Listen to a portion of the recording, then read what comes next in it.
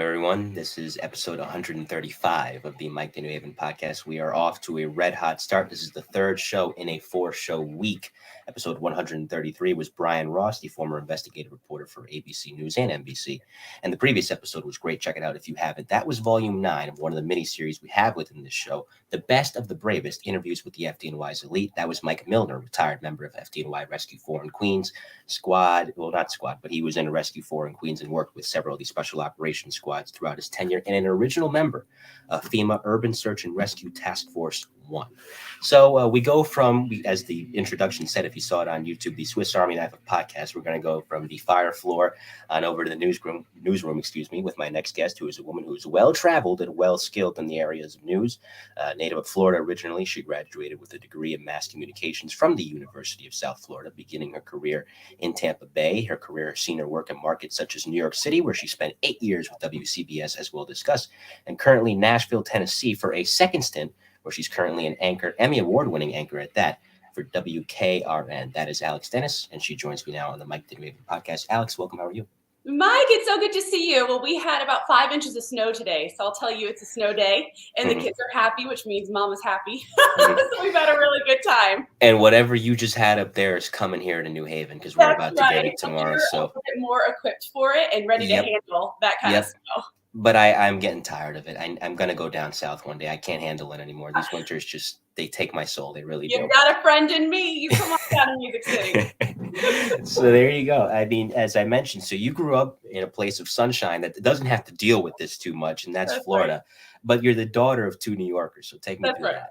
So my mom's from way upstate New York, almost to the Canadian border, a small town called Ogdensburg. My dad is from Harlem, Washington Heights, specifically Greek, born and raised by an immigrant who traveled over and didn't speak much English. So between the two of them, New York is where we spent a lot of our summers, but they moved down to Florida for work. And that's where I grew up, about 10, 15 minutes north of the Tampa area, a small town called Loops. So I grew up on 3 acres of property, running around. I was an only child, so I had a lot of time to entertain myself and come up with own news programs that I used to make all of my dolls and toys and animals listen to. But it was a great childhood. I'm so appreciative for it. And I think, too, my parents divorced when I was in the 3rd grade, and seeing my mom, who was a nurse, worked 12-hour shifts, getting me up in the middle of the night, really just persevere. I worked from a young age. I got myself up from a young age, walked to school at a young age, got ready. It instilled in me this fight and this drive that really it's invaluable. And I hope somehow I can find a way to bottle that for my kids and give it to them. It makes you a different person. Absolutely. Washington Heights, aka Dominican Republic South, because about half of my extended family is down there, and my brother-in-law originally grew up there. Nicholas Ave. Yep, there you go. And he's in the chat right now, and he says Washington Heights with the heart. So howdy to you. There you go. So, a lot of people, you kind of alluded to it, because we have such an extensive imagination as kids, because originally, before my health got in the way, I wanted to be a fireman. So my older sister's watching. She can tell you I had all the fire trucks and police cars as a kid. I would make little police and fire stations because that's what I wanted. And you alluded to it in your previous answer. So for you, where can you first recall the interest in news? I think growing up, my parents consumed news on a regular basis. So it was always kind of in our house. And then my father always had the big video camera out. Like that was like the thing back then. You know what I mean? Any move you made, it was on camera because they were so excited to be able to have something like this. So I used to do fake weather reports. And I think I just fell in love with storytelling, and then more importantly, people. And then I realized, man, I can do this for a living and just chat with people all day long and get paid. It's kind of a no-brainer for me. And I knew that that's what I wanted to do. Alex Denis is our guest here in the Mike the New Haven podcast. This is episode 135. And for those of you watching in the chat, as I always like to say, if you have a question for the guest, type one in there and I'll be sure that she sees it and she reads it. Or if you have a question for me too, fire away, though I'm not as interesting as she is. So thank you very much. You're very kind. So, going to college and pursuing communications, that's often the next step, because it's one thing to have the dream, but to take that step once you get older and you have to calculate how you're going to go about pursuing that dream, that's hard for some people. And some people wound up never taking that step, sometimes for the better because something that they didn't envision comes along and it works out for them. Sometimes not so much, but you did. So when you're in college for mass communications, what are some of the more pivotal lessons you can recall learning that still guide you as a newscaster to this day? For me, I think what was pivotal, I had a really influential professor. Her name was Dr. Marie Flanagan, and she was one of the first female news directors in the country. And she gave a very different perspective from being a woman, a mother, balancing both, telling stories, kind of living in this man's world. And she was just so fascinating to me and always pushed hard, gave really tough criticism, by the way. If she is watching, I took it to heart and learned you can't cry, you just move on. Yeah, figure out what it is and change it and get better. And when you realize that those, critiques and criticism come out of love, even sometimes now from viewers, you really do continue to work on your craft and learn and grow from those. But I think the most important lesson that I learned was learn how to do everything. If you can be a photographer and edit and write and produce, you better equip yourself not only to find a job, but to be able to communicate with those that become your partners in the field. I can look at my photographer who's trying to set up a live truck and understand the pressure that, I say he because it was a he that he was under, what he needed to do, how I could help him, how I could run a cable, what I could do to be of assistance and make it a better teamwork. So I think knowing all of the parts, not just like being on TV, really then makes you better at what you do. Absolutely, because, being a sports fan, you probably heard the term five-tool player, and I being particularly baseball is my main sport. Okay, he can hit, but can he field? That's a big part of it as well. So, you have to be able to know how to do all those things because sometimes reporters are one-man bands and you never know what can happen. What if your photographer's sick? What if your cameraman had an emergency at home? Then it falls on you. And so to know that, it's better to be, as my friend Ray Seeley, retired FDNY lieutenant, once said to me, it's better to be proactive than reactive. And I think that kicks in very much so in regards to what you just mentioned. So what's interesting about the beginning of your career, you started out WFTS in Tampa Bay. A lot of reporters, when they're beginning, will go elsewhere to a really small market and hone their craft there. Nothing wrong with that. That's good. But you started right in your backyard. Given that, do you feel you had a leg up as far as transitioning early on into the business because you knew the surrounding area so well? So, you are an investigative journalist, I must say. So that was my first job. And I go back to that professor, she said to me, why graduate without experience when you can get a job in a newsroom being willing to sweep the floors if that's what they want you to do, so that when you graduate, you have experience. So my time at WFTS, I was actually running teleprompter for the 11 p.m. newscast. I'd go to school all day long. I had another job. And then from that job, I would go to WFTS and then I would work on the assignment desk. I would answer phone calls. I would do anything any reporter or anchor wanted me to do. I would write emails. I got an opportunity to write a little bit. So I graduated with 2 years experience. So that really coincided with my schooling. And then I did exactly what you said and went to a very small market in the Panhandle. And I was a one-man band and had an opportunity to, I didn't have any major missteps, but I certainly ironed out the kinks of a live shot. I mean, the first time that button goes red and you realize you were live, you get a feeling and you're like, oh my gosh, this is really happening. Right. No, of course, because, you're seeing it now with the pandemic with a Zoom interview. Yep. I mean, you can edit it because it's not live in most cases. So if something goes wrong, well, we have so many tools now with iMovie, just to name a few, that you can just splice that part out. Not when you're live, and my friend. that's the best way to learn. It's kind of trial by fire, if you will. Yeah. But while you were down there in the Panhandle with WJHG, you were a bureau chief. So it's one thing to be responsible for yourself. It's another thing to be responsible for other layers of an operation. Mm-hmm. How much pressure did you put yourself, if any, did you put on yourself, I should say, if any, during that time? And again, much like I asked earlier about when you were going to school for mass communications, what did it teach you? I was always plugged in. I've always been incredibly dedicated to whatever I'm doing. And at that point, I was engaged. My husband and I met while I was in college and were engaged when I was a junior year. And at that time, he was deployed. So he was in the military, Army, active duty infantry officer. So our lives were very different than other people who were in their early 20s. I mean, I was obsessed with consuming as much news as I could.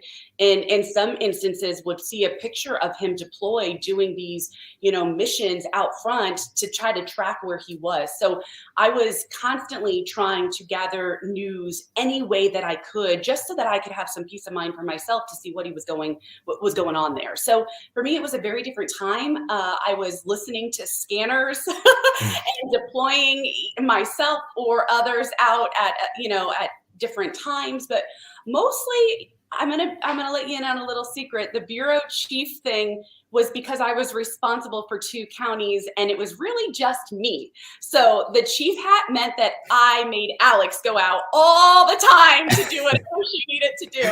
So in the middle of the evening, it meant there's no one on call. Like if there's some sort of accident that's shut something down and my scanner has gone off, I have signed up that I will get up in the middle of the night and I'll get in my news van and I'll go. And that was from hurricanes to shootings to bank robberies to great stories. And so I was Walton-Okaloosa County, and I was there in charge of what news would break through there. And it was the most invaluable time of my life. I've met some lifelong friends from there. Tom Lewis was the news director and also the main anchor, and he imparted so many words of wisdom as well that I still carry today. Alex Denis is our guest here in the Mike to New Haven podcast. This is episode 135. More with Alex in just a second, but I want to shout out to our friends watching in the live chat tonight. The Truth is here. Always a big supporter of the show. Margaret Hearn, appreciate you being here. Alicia B is here. Like I said, my brother-in-law and my older sister, my number 1 supporter, is here. Thank you for that, Judge. I appreciate you being here. Raquel Pranzo, wife of a retired NYPD lieutenant, legend of the NYPD, and author Peter Pranzo is here. And Diane Reedy's here, and she has a question. She says, would Alex ever move back to Florida? We would love to watch her on our local news channels. I have watched her while visiting New York and Nashville. She is awesome. Well, Diane is wonderful, and I'm going to let you in a little secret. That's my mother-in-law, so she would certainly say that she thought I was great, and she would certainly want us to move back, and she's one of my biggest supporters as well, so I'm so blessed that she's here and that she chimed in. I think we're settled. I know that she would want us to come back, so I will never say never, and if the opportunity presented itself, and if your son signed off, we would talk about it. Well, welcome, Miss Reedy. I'm glad you're here, and I hope that I'm doing a good job so far with your daughter-in-law. So leaving the first time for Nashville for that first stint, I mean, you've been in Florida your entire life by that point, and even if you were away, you weren't that far away from home, but now you're in another state. And that's hard for anybody. It doesn't matter how old you are. Nothing prepares you for that kind of leap of faith. It takes a while to adjust, even if no matter what you try to do to hit the ground running. So was there a severe element of homesickness when you first left for Nashville? And when you did leave, was there a little bit of hesitance before pulling the trigger? I will have to say no. I was so thankful to be finally with Ty, because he had returned from his deployment. You couldn't have held me back if you tried. I mean, I was going and I wanted to be where he was, and he was stationed at that time at the 101st Airborne. And my whole career actually has been to follow him. And I have thankfully found jobs. Even there was a stint where I was out of work for a while, because between getting the job in Nashville, we were at Fort Knox, Kentucky for training for just about 6 months. And I would drive down to Nashville and I would take auditions and I would do commercials and anything I could to try to still stay relevant while also supporting him, because quite honestly, his mission was much more important than mine. We were in wartime, and that was where our commitment was. So I looked at it as an adventure. I knew that we went to North Carolina. He had a little bit of time in Georgia, but we were in North Carolina and Kentucky, and then we were in Jersey when he did something else. So I mean, I looked at it as, heck, let me see the world, on the Army's dime, and I'll just try to work, wherever I can. No, I get it. And I don't know how those guys do it, because, some of my friends, former NYPD, particularly my friends from the bomb squad, they were Marines, they were in the Air Force, and they were EOD on top of that, which for those of you in the chat that don't know, it's explosive ordnance disposal. Mm-hmm. And I'm looking at, when I talk to them, my mouth is agape, because as I joke with one of them, that kind of work, if you send me to do that work, period, let alone these specialized units and the special forces that exist within the military, there's going to be a certain substance running down my leg to indicate my feelings on that particular assignment. So, those guys and gals, they are much, much braver than I will say. So when you get to a new market, any market, large or small, you have to learn the demographics of the area. You have to learn the culture of the area and what the social issues are, both good and bad. What was it that most stuck out that first time in Nashville? Well, we moved from Kentucky to Nashville the weekend of that 100-year flood. So we stepped right into water and heartache and loss and death in a community that was mourning. I mean, right off the bat. So that was really startling. And I didn't really have any time to think. It was instantly like, hey, great. Thanks for joining us. Grab a microphone and go do your job. Mm-hmm. And the people here have such a lovely disposition about them. And I just think they welcomed me open arms and supported the fact that Ty then did another deployment while I was at the Fox station in town the first time around. And, while it's different, it is still similar culture to Florida, where I was growing up in. We had land and space and country music. And so it wasn't too much of a stretch for me to go from Florida to Tennessee. And we fell in love with it. We fell in love with the seasons. We both love music. And so for us, it was a really good fit. My sister's going to love the country music part because every single time I step into the car with her, she will torture me with the country music station we have in Connecticut. I respect the genre, but I mean, I sometimes I'm like, I might have to pull like a paper bag overneath my head when certain songs are blasting down the road.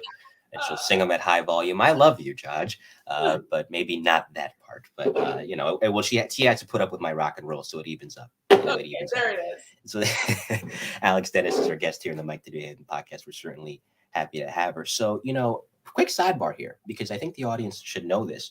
I mentioned some of our mutual friends off the air. Caitlin Monty's been on the show, as has Diane Macedo. They are both, as you know, great singers. And the reason I say that is you are too. You have a really beautiful voice. So when did the interest start for you in singing? Because you're really good at it. Oh, thank you.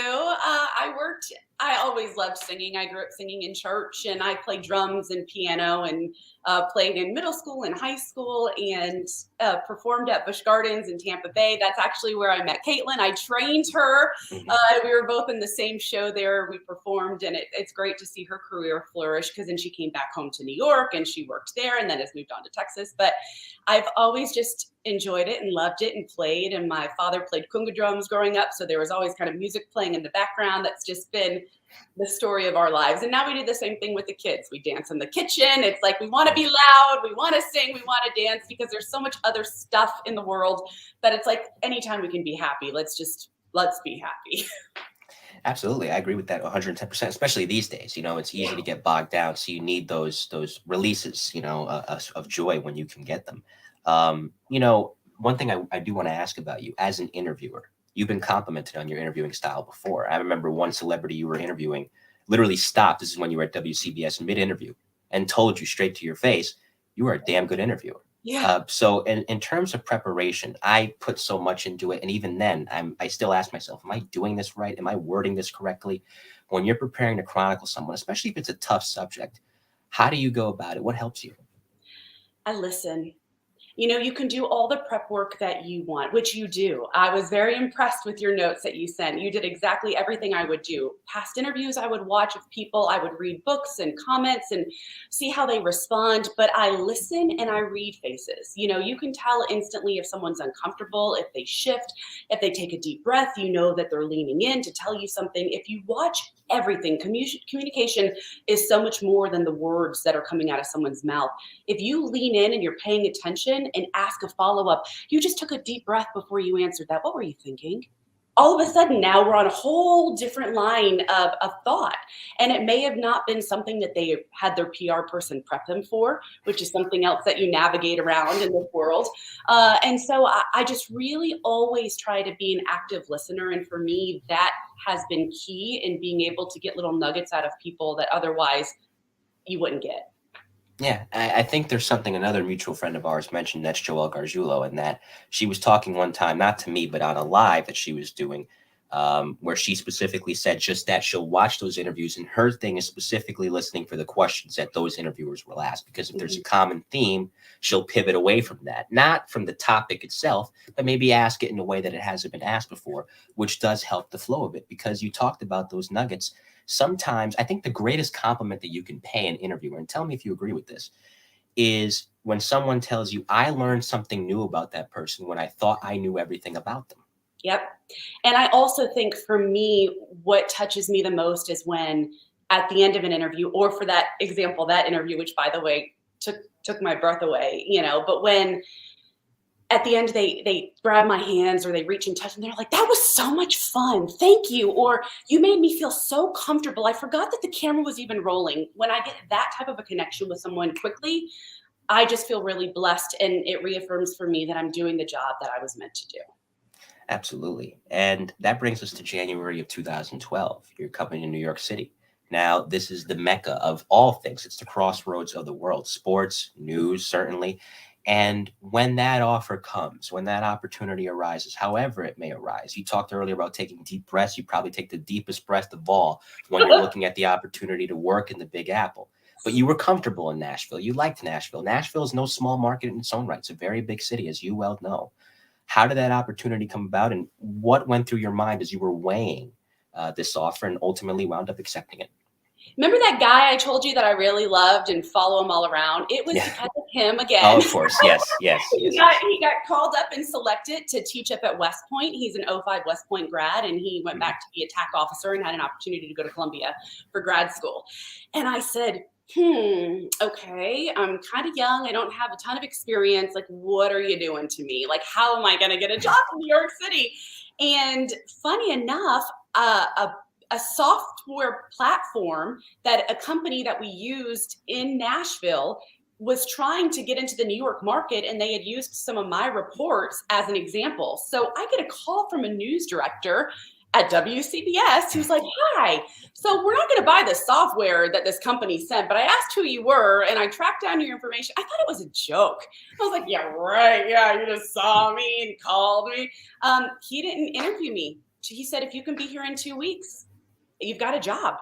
And I said, okay, I will be there in 2 weeks. And Ty wasn't moving up there yet, but I moved to Jersey City. I have some family there. So I lived right in Bowers.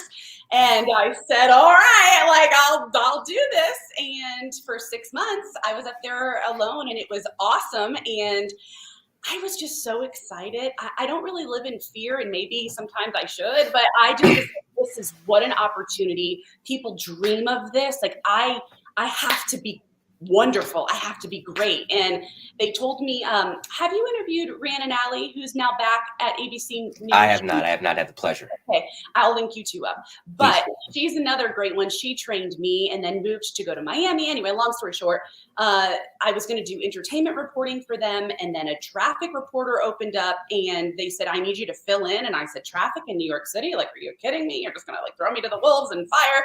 And I created maps in my house, and I hung curtains, and I did flashcards, and I was like, oh my God, these New Yorkers are going to know if I'm lying. And so I just studied, and it was a dream come true. While traffic wasn't my ultimate goal or dream, I met some of my best friends even to this day and had some of the most wonderful experiences being in New York. Walking into the CBS Broadcast Center for the first time, think about the iconic people that have graced that building. You think about on the news side, Walter Cronkite, Dan Rather, the late, great Bob Simon.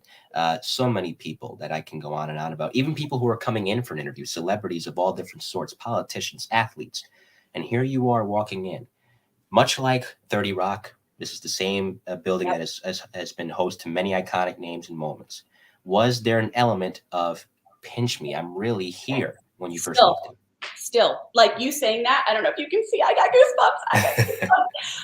I will never take it for granted. It was not lost on me when I stood under the marquee and like walked in. It was everything I had ever dreamed or had wanted in a career. And I had this opportunity. And to this day, I think back and cherish that time so fondly, and the way that the New Yorkers and Jersey, Connecticut, that whole tri-state area just embraced me so quickly. And I went through my 2 pregnancies on air and received gifts from viewers and like homemade things. And I still have one guy who sends me, we met in right in Times Square during a story, and he still sends me homemade Christmas cookies. You know what I mean? Even down here in Nashville, he and his wife and their family, and Daryl, if you're watching. But it means so much to me, you know? Absolutely. Traffic in New York City is an ever evolving thing because, you know, what's interesting about it is that we're having this conversation now in 2022 as opposed to 2000. Technology has moved in such a way that one can look at an app and see what the weather is and of course what the traffic is looking like. But is that always accurate? No, there's still that human touch that's needed. So in an era in which technology has increased to such a degree that people might wonder, well, why do I have to get up and watch the traffic report on the news when I can just check my phone? What would you say to that person? That's a great question. I would say because I care about you. If people would tweet me and say, "Hey, Alex, I'm a trucker and I have to get X, Y, and Z," I would have bus drivers. My Staten Island buddy, he would every morning, he'd be like, "Alex, do I need to leave early? What's my route going to be?" And I would be like, "Here's your personalized report. I'm looking at the cameras now." And of course, you can't do that for everyone. But when you know it's a person who truly cares about getting you where you need to be from point A to point B on time, safely, I took it seriously. And I think that element of humanity and like, "Hey, yeah, I know that you're getting on the road right now. I'm watching for you. Let me tell you what's going on."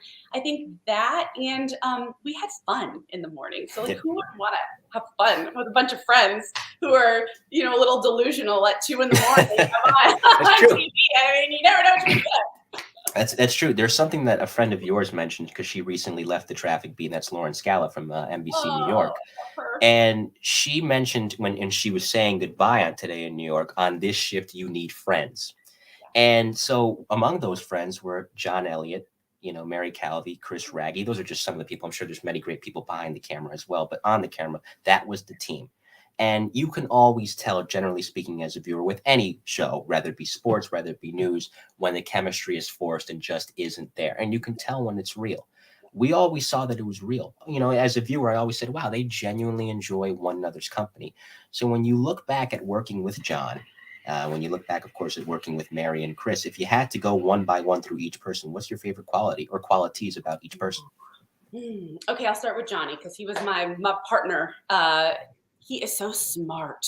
He is a brilliant, well-read man, and he has had such longevity in this career and experience that just hearing him retell stories, and he has a craft. He understands what he's doing. He puts together not only the science portion of it, but entertainment, and he does it so beautifully. He's also a fantastic musician. He was the first person to come visit my daughter when she was born. But the one first thing he said was, "Look at her long fingers. Maybe she's going to be a piano player." But he's just a gem, and there's not enough good words to say about him and his family. And what you see on TV is exactly what you get. Chris, he's like a big brother because he will poke you and he will like if you. He is not afraid to make a joke at your expense, but always with love. And it would be true because you'd be like, "Well, thanks for pointing that out. You're right. I totally screw up. Appreciate you." But he was really great at. He has great recall. He can remember names and things that have happened so quick that Mary and I used to be like, "Oh, what? How did you do that?" But he could read the room really well and would kind of tap dance around what was needed. And he was excellent in that sense. And he has had so many opportunities too, from doing sports to doing things at network. He really brought this sense of expertise to it that made it just real smooth. Mary, she's one of my best friends. She and I were actually just texting the other day, and she was like, "Oh, I missed you today," because she and I formed our own language where we could look across the studio, not have to say a word, and like, and we could have a whole conversation. And the floor guys used to be like, what did you just say to each other?" We were like, "We got it. We know exactly what we just said." So we became like this. And as she wrote the book, that's a whole nother story, but that's fantastic. Mhm. I was the first person that she confided in the news business and was like, "Come along this journey with me." And it was such a beautiful opportunity because we dug through records and old church buildings, and I kept the secret away from the boys too. And like, we had this thing that we would read and try to find out and discover. But she is a true news pro. Mhm. Like, she can tell a story like no one else. She's an excellent anchor. She has I've learned a lot about how to do breaking news through listening to Mary and how she tells the story and how she can continue to speak and what kind of information she's gleaning. She's another one that listens really well too. She's just an excellent journalist. You know, she doesn't always bring a lot of fluff to the table. She's just like there to do her job. Right. She's a workhorse. She puts the W in that. And she's been there at CBS itself for 20 years now. Yeah. I think it'll be 20 years this March that she's been there. And I don't know how. She's only like 32. So I don't know how that And Chris Wragge, that man loves the New York Giants more than I do. I thought I was the biggest Giants fan. You know, he's not. If you follow him on Twitter, as do I, he is not happy with his Giants these days, boys. Oh, I know, and he won't keep quiet about it. So you can just follow him; he'll tell you exactly how he feels. But you have the Titans, so you're doing more than. That's okay right, we are. Down in Nashville. I wanted to expand on traffic for a second because you talked about breaking news in reference to Mary. We had that really tragic train incident, that train derailment in New Jersey a number of years ago where that mother was killed. We had the pipe bomb attempt in the subway close to Times Square in 2017. You never know when these things are going to happen, but you have to be prepared. So when it does happen for you personally, since this does have to do with traffic and you really got to be on your toes for these things when everything is developing in the moment, what was the key for you in those situations while also maintaining empathy for those who were affected? Oh, I think that was first and foremost for me because I kept thinking, especially that mother rocked us because, when the images first came in, we had a camera through the area. We did not broadcast any of this, but we could see part of the wreckage. And it made me just cry because she had a young child and it just affects you in a way that you see things that, you know, you think about these people's lives. Sometimes it's their best moment and sometimes it's the worst moment. And you think about what's going on and, you know, they're trying to call their loved ones. Where are they? Are they in the station? They can't get a hold of them. You know, that's not lost in the newsroom during that time. And I think trying to find that balance comes down to, because I am a mother, I am a wife, but also I understand the importance that I bring during that situation to get the information out that is pertinent. I know sometimes people will say, oh, the news only tells negative. No, we're giving you a service. And it's information that you need. Think about Superstorm Sandy that came through. You needed to know where your car was, where the water was going. Do you need to evacuate your building? You know, there are times when you need to turn to us because we have this information flowing through and we have contacts with NYPD or whichever, you know, state you're in, that you really are providing a service. Because for many of us, we all are also going out in the storm. We are also going out, you know, nothing taking away from first responders, but it is a service that we choose to do and leave our families to go and cover. So yeah, it's a responsibility and we recognize that. Also, you know, you were out in the field while covering traffic as you were, expanding upon your reporting from your previous years. You lose that. You stayed out in the field when you got to New York, in addition to, of course, being on the morning show. And you did a lot of notable interviews. And that's what I loved about your stories anytime I would see them on Channel 2. You talked earlier about how it's not fluff with Mary Calvi. It wasn't fluff with you either, and still not fluff now in your duties in Tennessee, because you would profile these figures that, as you said, some of them were going through the best moments of their life. Some of them, you know, not the best moments of their life. There was one mother, and this was so inspirational. And I saw the emotion in your face. I mean, you were crying during the interview. I don't know if you remember the story. I'm sure you do. She lost her son to cancer, but she turned that into philanthropy. I believe she bakes cookies in his honor. Yep. Yes. You know, and so with stories like that, when you're chronicling these people, I imagine that there has to be the feeling of A, not taking anything for granted, but B, being really glad that you have the job you do, because you get to cross paths with people that maybe if you didn't have the job that you did, you might have never met. Yep, 100%. And you know what I've learned the most by doing all these interviews is we're all so alike. Mm-hmm. We're all so alike. And, you know, you think about where you're from, what you did, blah, blah, blah. When you get down to the heart and soul of it, you love your family. You want to do what's best. People are innately, I believe, good.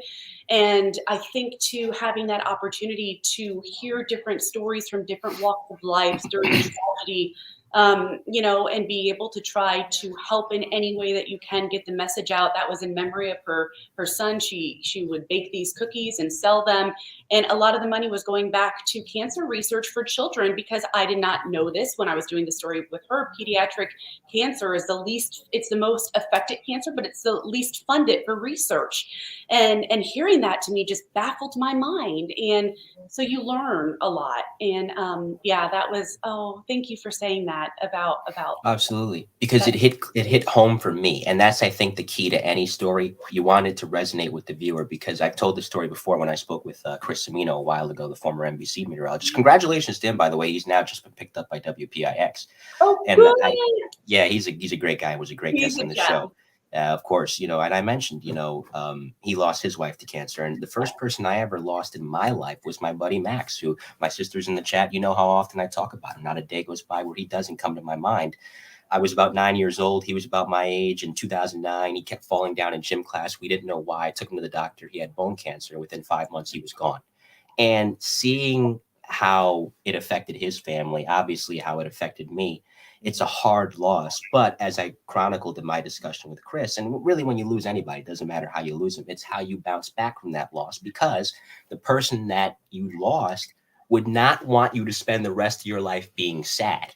And so I think that that's an important thing, obviously, to remember. And that's what you chronicled with her. So besides that particular interview, I mean, there's different types of stories for a city of 8 million people. And there's different types of characters. There's so much uniqueness in New York. Yes. And so much uniqueness, period, of the news business. Are there other stories? I'm sure there are. But what are the stories that immediately come to your head? Gosh. If I wish you could see what's in my head right now, because I so remember so many people. I mean, from the kid orchestras to the blind boy who I just got a memory pop up. It was 8 years ago, who played beautiful piano, and he was self-taught, and he was trying to get to Juilliard. And in fact, my cameraman and I were texting about it, and he was like, I wonder whatever happened to him. Like, I think about him often. Like, these people leave marks on your heart, and you do remember them. There was a mother out of New Jersey who then modified clothes to help her son who had cerebral palsy so he could get dressed, and created a whole line of clothing out of her basement that's now become mainstream to help all of these children who have different disabilities to be able to be more independent. I mean, from that to like going around and doing the dine on demands and all these mom and pop shops who would feed me and welcome me in. I mean, it's just like into the celebrities. I mean, it was just one thing after another, and they're just so beautiful. Everyone is so special, and each story, it's like trying to pick between babies. It's like hard. No, I get it. For so many reasons. Oh, of course. Alex Denis is our guest here in the Mike to New Haven podcast. I do want to ask about him, and hopefully you can give me a good story of him. I don't know how often you two cross paths. John Slattery was a legend, and sadly he passed away in 2014 from heart complications. That guy was a quintessential New York reporter through and through. When you think of a New York news reporter, you think of John Slattery. Yeah, and Lou Young, who I've had on the show way back when. So when you look back on John, what's your fondest memory of him? Oh, man. So he was a tough one. Right? He had seen so many reporters come and go, and he was a part of the news business before social media started to influence it, and in some essences water it down a little bit. So he was a real journalist, and he didn't speak much to me in the beginning, and I kept thinking, I'm going to crack this guy. Like, I'm going to get you to like me, John. And he was just, again, like, would do his job and didn't really have time for fluff. And it's when I had an opportunity to start going on the road and doing those people interviews. One day he mentioned he's standing at the door, and my desk was like straight shot when you first walk in, so I could see everyone. And he's standing at the door and he's doing. I'm like, me? You talk to me. I've worked here for like 2 years. Like, what is he doing? He wants me. And so he's like, so he pulls out to go out to meet him over by the bathroom. And there's like this like hallway, and he's like, listen, kid, I underestimated you. You're really good. You are really damn good. And I'm not going to repeat it and make it seem like I'm soft, but you're going places. You just keep doing you and don't listen to anyone else. And that was really it. And from that moment on, anytime I would walk by his desk, he'd be like, don't change. Don't change. And it was kind of like the Godfather had blessed me. You know, I had made it. So yeah, he's missed, but the mark of any person that has passed on is, what people say about them years later, how their legacy lives on, and his legacy is still very strong, and that's the mark of a good person. And he was a New York gem, and it's a shame that we lost him much too soon. You talked about social media, and you were a reporter covering social media for a while with the Now Trending segment, and I have to ask you about this. I feel like, social media has been around for a long time in different iterations. There was AOL chat rooms in the 90s. We got MySpace for a while. And Twitter and Facebook and Instagram were around, in the mid 2000s, but they really didn't blow up until the earlier part of last decade. Mm-hmm. Given that, taking on that role, this is a two-part question. A, did you feel you were in a sense ahead of your time being a social media reporter? And B, did it surprise you there weren't more reporters covering social media, especially in a city like New York? Yeah, I was really surprised, probably to the latter, that there wasn't more people. And I think it's important to make the distinction that I wasn't trying to do my reports on social media. I was not a social media influencer, because I think those are very different roles, and that is not necessarily a news personality or a journalist. It is more of a personality segment, I should say. I was using this content that was being uploaded to YouTube that we would all essentially the next day be like, did you see this? And I then was putting together these segments that were sometimes heartfelt, sometimes heartbreaking, and just kind of being that gatherer for you, because we would get up early, I would stay out late, my producer and I would be going back and forth and saying, like, what did you see this one? Do you think this is going to trend tomorrow morning? Do you think that? And we were trying to figure out the algorithm that would push videos to the top. And a lot of the times we got it pretty good to say, hey guys, as you're waking up, these are the 3 stories that people are going to be talking about today when they go to work, all thanks to YouTube. Or what was the other one? Vine was a quick one. Yep. Like came real quick. Vine came and went. Yep. We had chat rooms like Kick. Kick came and went. I don't know if Kick's still around. So like you would be pulling all that content. Yeah, and like my sister will ask me, do you have Snapchat? I'm like, no. I'm like, I'm like I'm a 65-year-old man in a 21-year-old's body, because it's like I only have Twitter, Instagram, and LinkedIn. That's all I need. That's all you need. Exactly. I'm like, I'm good. I don't need to be on Snap. I don't even know half of TikTok. I don't even know about half this stuff. I feel like I'm past my prime, and I am. But that plays perfectly into CBSN expanding on the social media aspect. Now it's not directly social media, but streaming has become such a big part of how we consume entertainment. YouTube TV is what I have in my house. Hulu, Netflix, so on and so forth. So when CBSN was launched, you were one of the original anchors on it. Where do you see streaming and its role in the news business, let's say 5-10 years from now? We all have to adopt it.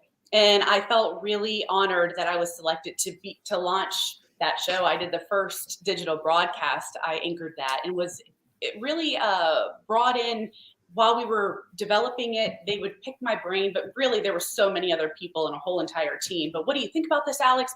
How can we do this better? How long do people watch for? Do we just recycle news? How often do we update this wheel of news? Because people want it now. They don't want to tune in. I'm so thankful that they still do, because that keeps me employed to tune in on certain, the 5 p.m., the 6 p.m. newscast, 4 p.m., whatever it may be, your evening shows. But essentially, when news breaks, people don't want to wait 4 more hours to see what you have to say in the evening news. You know what I mean? They want to be able to click a button, see someone pop up, tell them what they need to know, or read an article, and then keep it moving. And so I think a lot of local news stations must adopt that if you want to be competitive in the market, where you have all of these other social media outlets that are now able to access millions of people instantly around the clock. How do you kind of cut through that noise? You have to find a way to do that.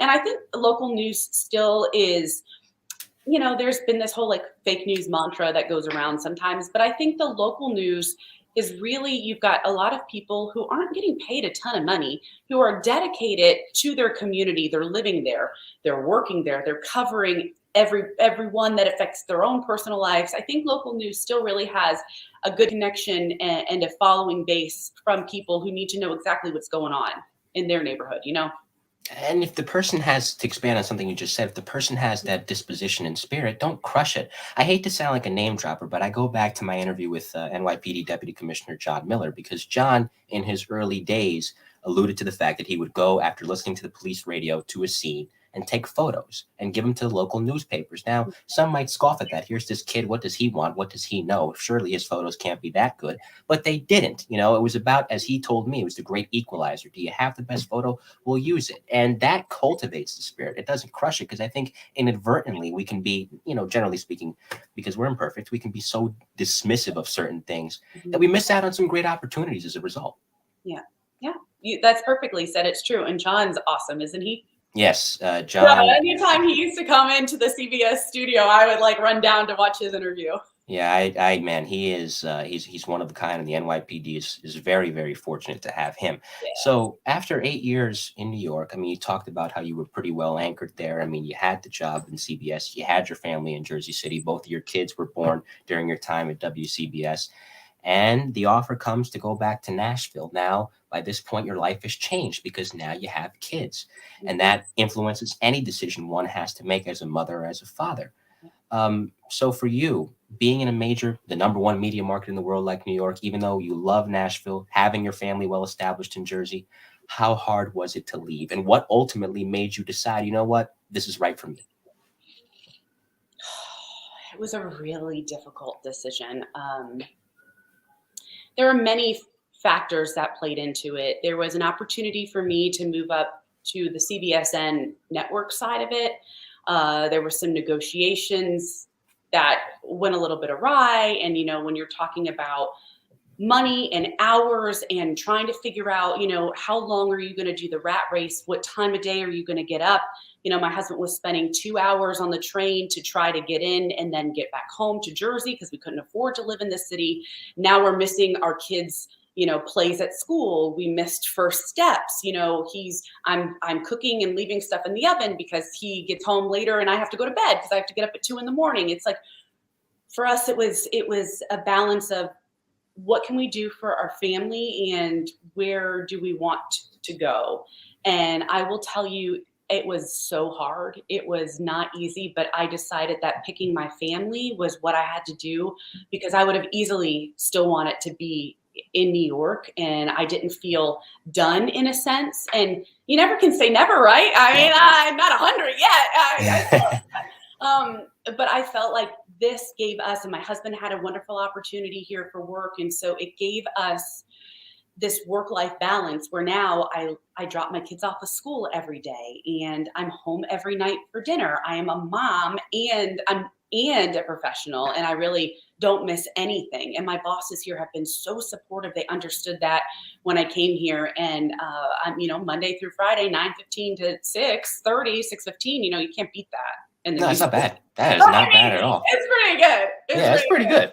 There's a couple of things I want to ask you about, and I don't want to keep you too long. You're a very busy woman, and I've immensely enjoyed the conversation. But when you got, much like when you got to Nashville the first time there was a flood, you got to New York and there was Superstorm Sandy, you got to Tennessee again, and COVID hit, which was a worldwide thing, still affecting, unfortunately, the world as we speak.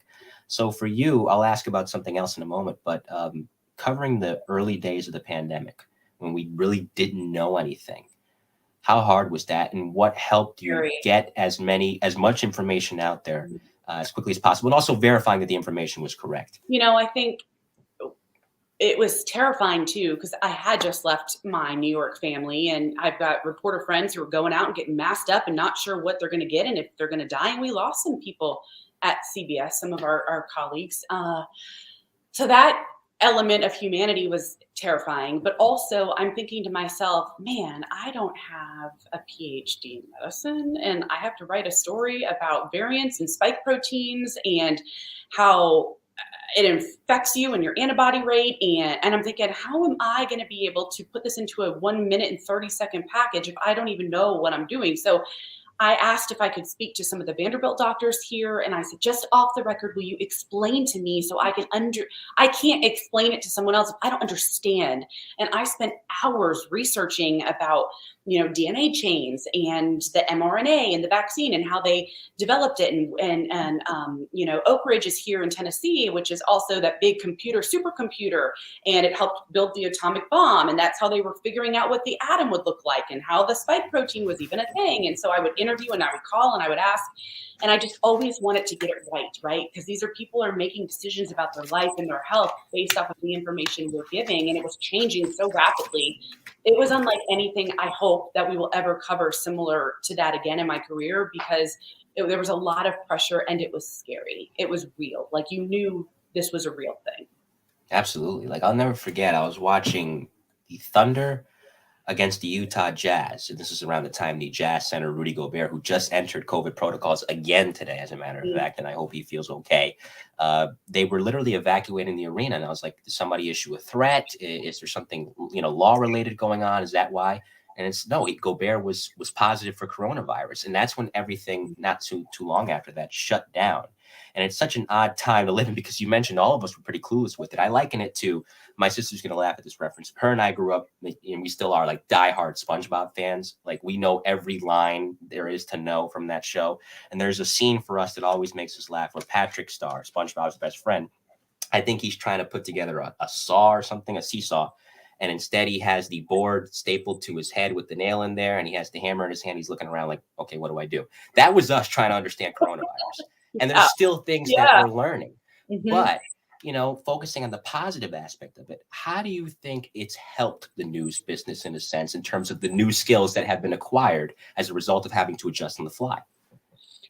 Well, I mean, the fact that we were all able to do full-on broadcasts from our home is pretty remarkable. For years on end, we have been bouncing in and out of the office and trying to be flexible. And I think it's given us some grace too from viewers who realize, like, hey, I'm doing this interview, in my bedroom, and my daughter's like right outside, and she's like homeschooling, and like, you know what I mean? She's and like, people would be like, oh man, I feel for you, because I too am trying to do my job.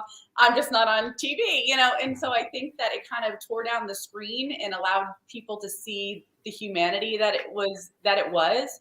I don't know though that it was really challenging, and it's still challenging, and it's been a really, honestly, exhausting news cycle, because now as Omicron kicks back up again, we have people in our office that are being infected and staying home. And now our news staff, currently, we have 6 people out because they're sick. So those that are okay are pulling more weight and trying to get newscasts on the air. It's very challenging between that and severe weather. And we've had a string of tornadoes that have ripped through the last couple of years in Middle Tennessee. We had the Christmas Day bombing. I mean, like, there has been no shortage of news in the Nashville market.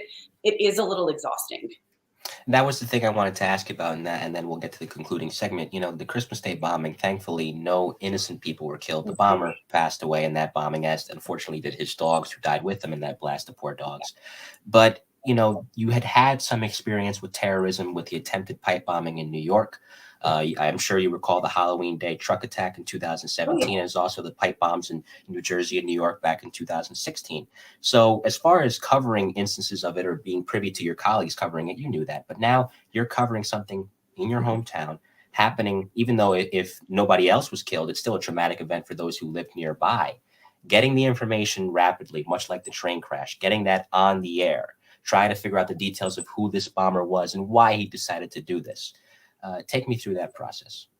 That's when I will say that New York equips you for situations that you would never be able, to handle. I think at that day I was co-anchoring with Bob Mueller, who is a staple here, who has just celebrated like 40 something years on the air. So he likened him to a John Slattery. People in this, he knows every street in this neighborhood. He has been through it all.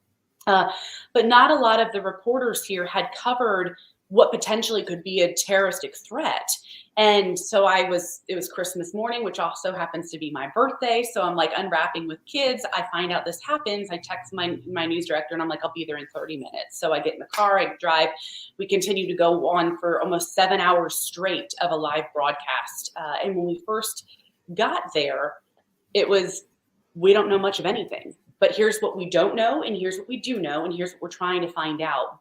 But because of that knowledge, even my husband was a great resource as well, because he would text me like, Alex, when they released this security footage, he said, Alex, look at the back of that truck. Look at the tire wheel well. That's carrying a lot of explosives. Look at the difference of the truck. Look at this, look at that. And he was telling me things from that perspective that would be able to help me better gather information or ask the right questions to authorities. But furthermore, we were really concerned because we didn't understand at this point, is this an isolated attack? He was playing this odd music. He warned people to evacuate the area. Was he doing that because there are other bombs planted throughout the city that are going to continue to detonate on Christmas? So I don't know where I was going with all of that to answer your question. But That's fine. It was just those kind of situations is just so fluid and can be stressful. But for me, that's the time where I feel like my job is the most important that it can be, because people at home, I am their voice to the authorities and they want to know. And so I have to do everything I can to get them the information that they, or I as a mom, would want to know. For those of you listening for the first time, if you want to know what goes through the mind of a bomb technician and what goes into gathering intelligence either before or after these incidents happen, I highly suggest that you go and check out one of my mini-series here on the show, Tales from the Boom Room, Profiles of the NYPD's Bomb Squad, which centers on the many cases these men have worked. My interviews with the retired members of not only the Bomb Squad, but their sister squad, the Arson and Explosion Squad, too. They are heroes. Let me just tell you how the Bomb Squad here was able to take a tiny piece of a VIN number that had melted over metal, take it to a lab, shave off the top layers to get partial VIN number to be able to connect it to the model of the vehicle. And within hours, we had the suspect's identity. I mean, are you kidding me? That's unbelievable what they're able to do. And sometimes on a whim, I'll give you a quick story. My friend Kevin Barry, who joined me for volumes 12 and 13 of that miniseries, it was a 2-part interview. He once had to defuse a bomb that was strapped to a man's chest in Queens in 1990 with no bomb protective gear on. The guy had bomb strapped to his chest, and he went to work on him in the middle of the street and got it done. And the gentleman said, "Don't touch me. Wait for the bomb squad." Kevin says, "We are the bomb squad." And they got to work and got it done. Oh gosh. Yeah. Unreal. So the hour has flown by. I've immensely enjoyed the conversation. Oh, I love chatting with you. Thank you very much. It is now time for the concluding segment of the show, and that is rapid fire. 5 hit and run questions from me, 5 answers from you. Are you ready? Yeah. First, you kind of talked about it earlier, but if there's other ones that pop into your head, let them fly. First, funniest story you ever covered? So I was doing a story with Cirque du Soleil, and they were going to dress me up, and I had to act this character, and it was with Wragge. I'm going to bring him up here because I couldn't see who they dressed me as, and I assumed it was going to be this like beautiful, elaborate thing. So I turned to the camera, and I hear him screaming, laughing. And I hold up the mirror. I look like Mimi from the Drew Carey show. They had me in these blonde pigtails and like blue makeup, and I was a clown. And here I was, thought I was going to be something beautiful, and it was not. It was terrible. Second, if there's an interview with anybody you can conduct, dead or alive, who would it be and why? Oh, I wish it would have been Betty White. That was the one person. I finally got to interview Dolly Parton. But yeah, that was the one that I would have loved to have heard. She was such a pioneer. She gave opportunities to African Americans to dance on her show and perform when they didn't get that, and was even discontinued from her show. She was just a good person through and through. She lived it, and I would have loved to have had an opportunity to talk to her. When things are busy in the newsroom and there's no time for a full meal, what is Alex Denis' favorite snack? I actually wind up not eating or drinking, and it is actually a bad thing because then I get a terrible headache. But usually in breaking news, I don't drink anything because then you can't go to the bathroom, and I, as a mom, have to go to the restroom often. I don't drink anything. I guess maybe a handful of nuts, but usually I just go in the zone and I don't need to drink. There you go. I envy you because I can't do that. After a while, you will audibly. You will be so crabby. I'm just like, I've got to go. I don't have time. Hangry. There you go. Hangry. Fourth, this is the toughest question you will answer on this show. Nashville barbecue or New York pizza? New York pizza. There you go. Good answer. Good answer. I know my audience. You think I'm kidding? No. No, there's nothing like that pizza, man. I just love it. And I do not eat it with a knife and fork. You stop it right now. If you do that, you need to be tried for war crimes. If you do that. No, that is a cardinal sin of cardinal sins. Yeah, I eat enough protein to try to fit into my pants on a regular basis that give me a big pie with carbs all day long. You've got to try New Haven pizza, though. We have a few iconic shops in our own right. So if you're ever in New Haven, make sure you hit up a few of them. Pepe's, Mater, and Sally's. You will not regret it. So fifth and finally, given your experiences in the news business, what advice would you give anybody looking to enter the business? I would say there are so many people behind the scenes that do so much to get you on air. My traffic producer guy in New York, I couldn't have done it without him. The people that mic'd me, the people that did research and was able to inform me. Like, we have an opportunity to kind of put our face to a work, but there are so many people behind you that allow you to be able to do that. So most importantly, do not ever forget them, appreciate them, learn their names. I can't stand when I hear other anchors be like, hey, learn their names. And I think to always focus on yourself. You know, people will come and go. This business is incredibly competitive. If you just stay in your lane, be excellent, and be kind, it's going to work for you. Just stay in your lane. Yeah, there you go. I think it applies to anything in life, and learn their names too, because as I often chronicle with my NYPD FDNY interviews, you know, life's unpredictable. You might not see that person the next day. So at least make that simple courtesy a sincere effort on your part. So Alex, don't say goodbye yet. We'll say our goodbyes off the air. Okay. I've enjoyed this conversation immensely. Is there anything that you'd like to give a shout out to? I commend you. You were so persistent, because I got a couple no's from the big dogs saying, I don't know if we can do this. And you're awesome. And I'm really proud of you, because you've been working really hard to get this off the ground, and you're an excellent interviewer as well. Oh, thank you very much. I appreciate that. My shout out, of course, is to you for coming on, and to the live chat as always. Thanks for your support. I'll shout them out in order again. Alicia B. Peter Pranzo, of course, retired NYPD lieutenant. Read his book, Harlem Raiders. Excellent read on him, putting a kibosh along with his men of the drug trade in Harlem during the wild 70s and 80s in the city. Of course, I mentioned Alicia B. The Truth is here. Raquel Pranzo, his better half. Scott Wagner, my friend Scott Wagner, of course, retired NYPD detective as well. He was in the hostage negotiation team. Scotty will be on the show again soon. Thank you guys for your support. Thank you to everyone for your support and watching and listening to the show. As always, give a 5-star review on iTunes if you can, and subscribe to my YouTube channel, MC's Audio, and help us get to 1,000. We're trying to get to 1,000. Good. I hope you do. Thank you very much. I hope so too. So coming up on the Mike to New Haven podcast, he's the current highest ranking uniformed officer in the New York City Fire Department. Chief of Department Tom Richardson will join me for volume 10 of The Best of the Bravest, interviews with the FDNY's elite. And Monday, he was an original counterterrorism liaison going overseas to Jerusalem to investigate bombings and potential terror plots on behalf of the NYPD, working in their counterterrorism bureau. His name is Mordecai Janansky. He's an author too, and he'll be here Monday as well for a look at counterterrorism then and counterterrorism efforts now. In the meantime, on behalf of Alex Denis, I am Mike Colón, and we will see you next time. Take care, everybody. Have a great rest of your night.